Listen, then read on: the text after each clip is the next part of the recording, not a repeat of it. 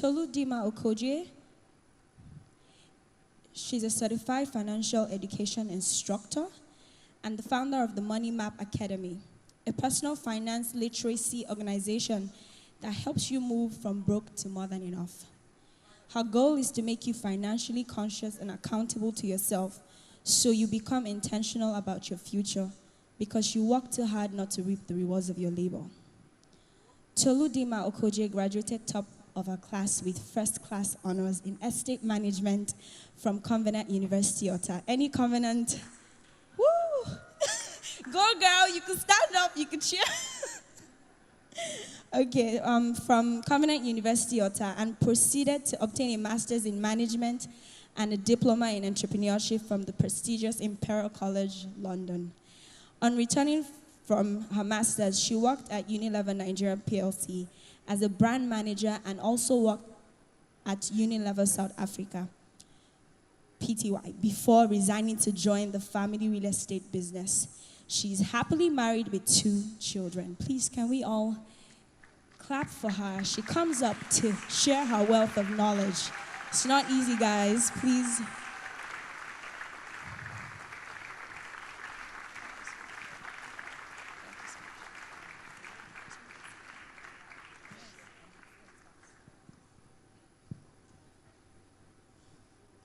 Good evening, everyone. I am so happy to be here. I'm going to be talking about money. It's a very interesting subject, something I like a lot. Who doesn't like money?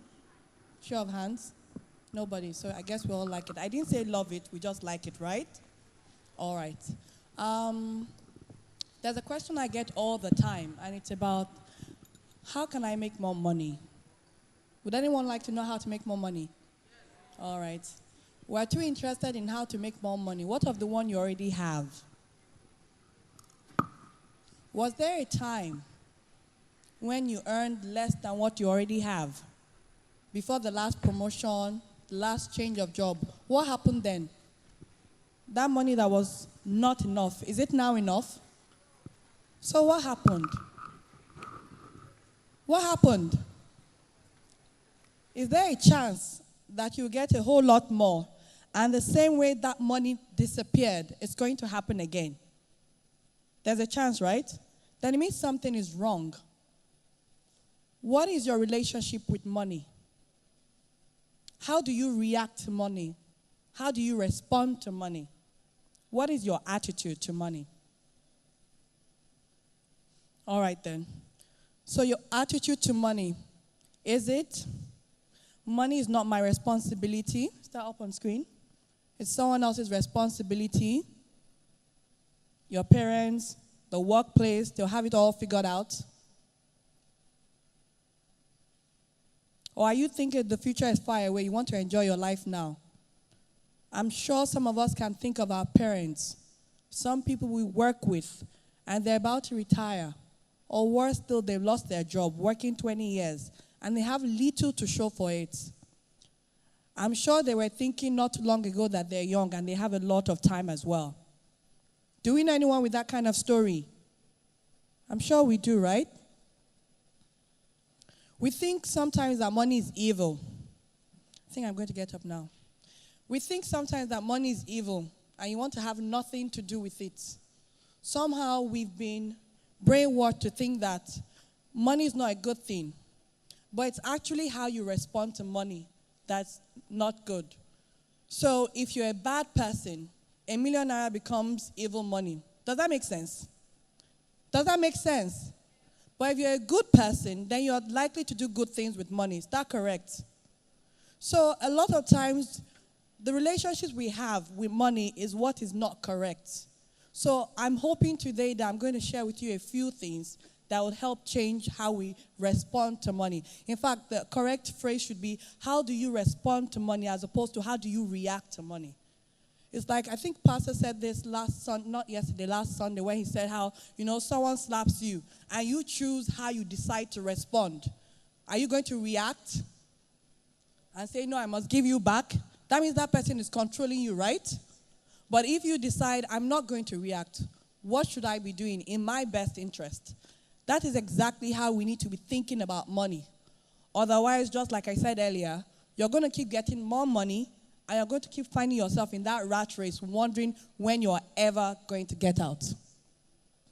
Okay, next slide. Your lifestyle is the result of your money behavior. Your lifestyle is a result of your money behavior. What does this mean? It's basically what I've just said. It's either you're in control of money or money is in control of you. I have a little diagram here I want to share with us. I call it the money behavior quotient. I'll describe this very quickly.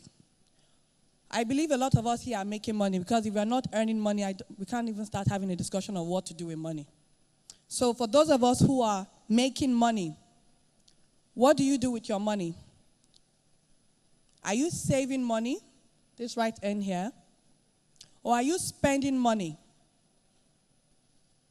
Are you multiplying your money, or are you diminishing, losing the value of your money?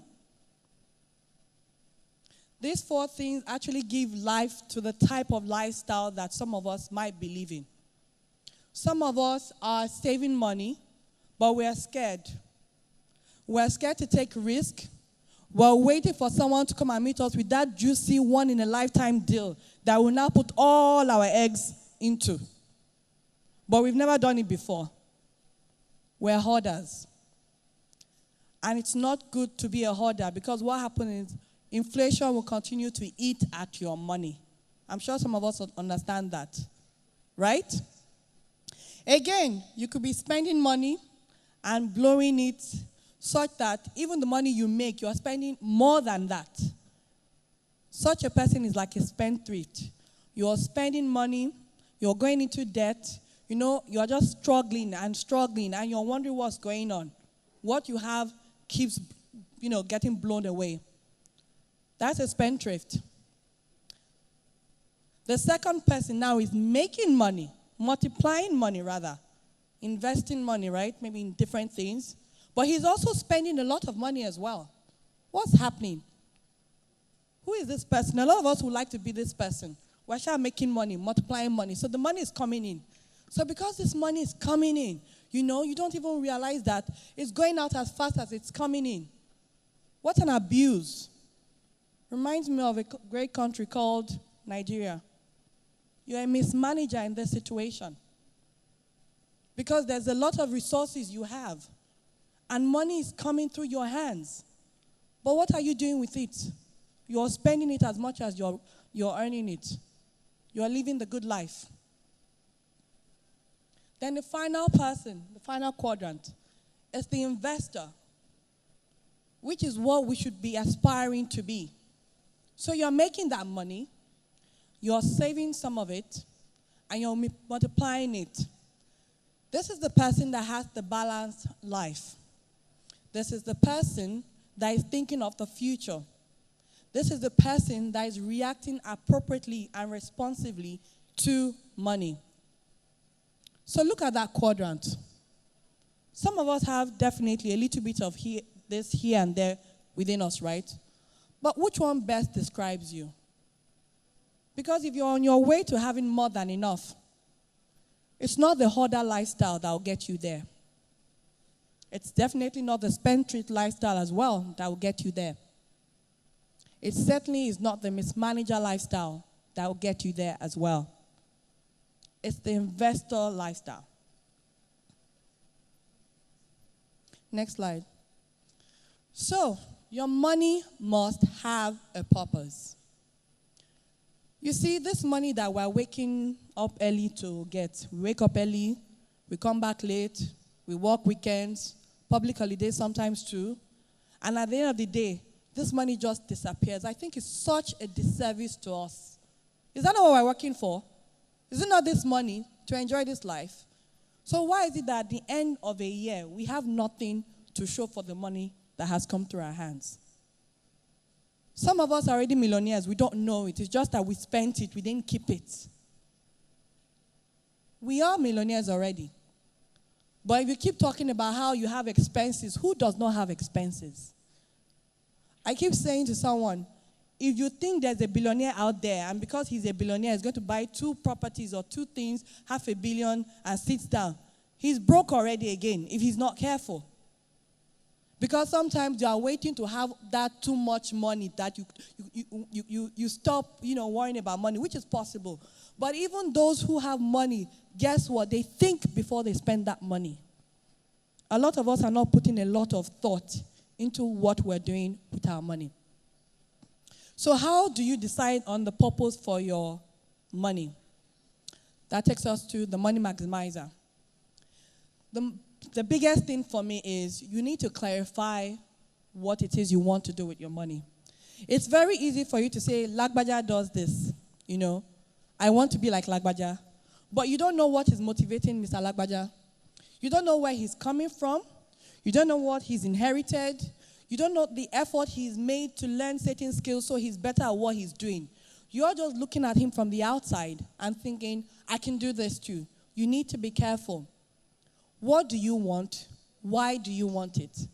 That's the first step in my money maximizer system in terms of helping you decide what to do with your money. The second step is understanding the gap between where you are and where you want to be. Because there is a gap. Can we agree to that? There is a gap. So how do you bridge that gap? Sometimes we just have this lofty dream. It's not really a goal. And then just hearing it, we're discouraged. So we don't even write out what we think we might need to achieve it. So that's what we're talking about in this step. The very next step now is, how do we bridge that gap? What are the things you can do? For some of us, it's actually getting a mentor. For some of us, it's taking a course. For some of us, it's investing in ourselves. That is getting knowledge. For some of us, it's changing jobs. For some of us, it's going for masters. Whatever it is, depending on what it is for you, you should then decide what are the things you can now do to bridge the gap between where you want to be and where you are now. It's systematic sometimes. It doesn't have to be like a brainwave. Then the next thing now is you need to build an action plan. Because sometimes it's all in our head. But you've not actually written out an action plan.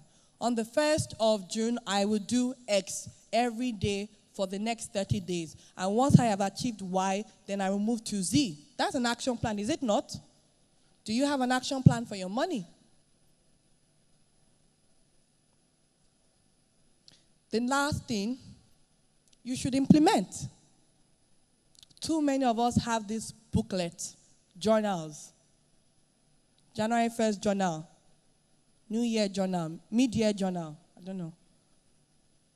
What have you done with what you wrote inside that book?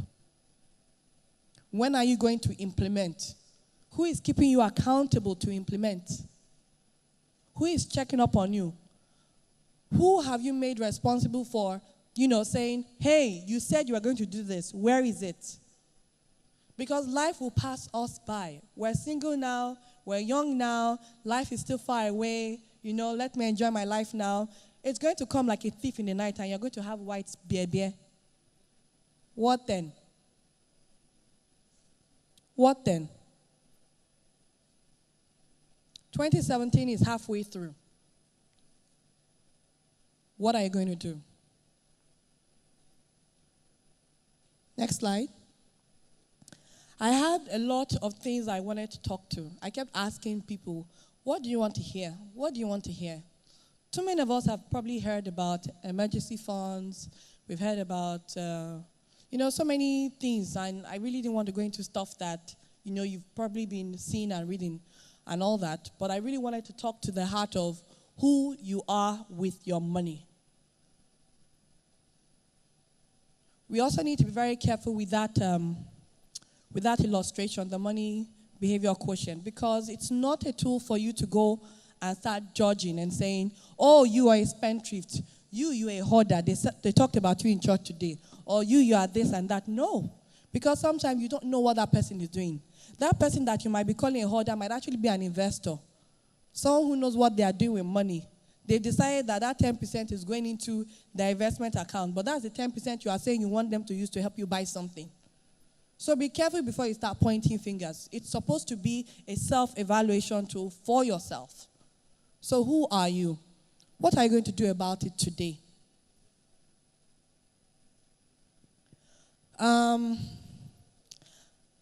Okay, I have 6 minutes.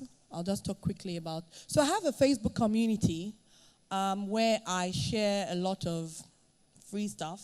Basically, I talk about all these other things I just spoke about: how to manage your money, how to create a budget. Oh, let me leave this with you. A budget is a very, very important tool to help you with planning your money and what to do with your money. Another phrase I use for the budget is what I call the money spending plan. What does this mean? It basically means, what is your plan for your money? So now it's almost month end, right? Yes, it is. So before this next salary comes, you need to plan what you should do with your money. Because if you don't plan before the money comes, as soon as the money comes, it's going to start disappearing. Then it will be like the person who is saying, okay, I'm planning on 100K, but I already spent 40K, so let me just write what I want to do. Kind of reminds me of the national budget. We're in May, or we're going to June, and the year's budget is still not gone, but money is being spent. It's an abuse. You should create your money plan today. I mean, it's only a few days away before most of us get paid. You should create your money plan today, please. Because if you don't do that and start telling your money what to do, then your money is out of your control. It's going to go anyway. Mid-month, you're going to be wondering where your money went, instead of saying, yes, my money went where I told it to go. Do we understand that? Okay, all right. So please, I encourage us all, let's have our money spending plan. It's really not difficult. I have a video on that group that you can check out. You can also Google this. It's all out there. So do yourself a service. Please have a money spending plan today as much as possible. So I have a Facebook community that's it there. I would encourage you all to join so that you can always get in touch with me if you need mentorship or whatever. I will be available to you, okay? And I would also like, as a final note, before I go and sit down, I'll be available for questions with the pastor later on. I have an ebook out. It's called 21 Tips to Move You from Broke to More Than Enough. It literally talks about quite a lot. Okay, I still have 4 minutes. How come? Okay. I thought I was going to say too little.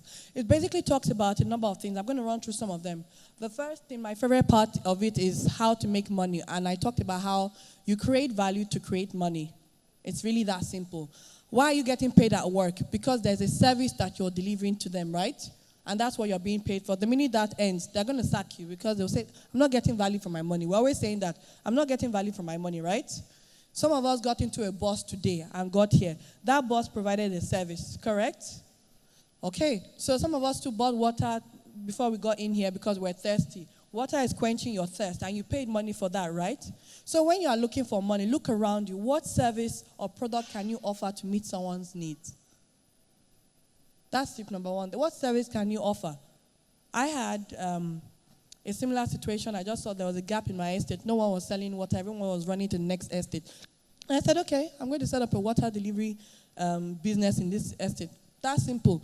I just looked for a gap. I filled it, and I got paid for it. So instead of asking people, what should I do with the 30K I have, look around you. Where's the gap? What can you do? How can you meet a need? It's really very simple. MTN is meeting a need. If not, you would have potted. Do you understand what I'm saying? So the book really talks about different things on how you can start reorientating your mind about money and basically get you out of thinking like a broke person to start thinking like someone who should have and will have more than enough. So with these few words of mine, I hope I have been able to shock you, because that was the intent, and get you thinking intentionally about your money, because for me is you work too hard not to reap the rewards of your labor. Thank you.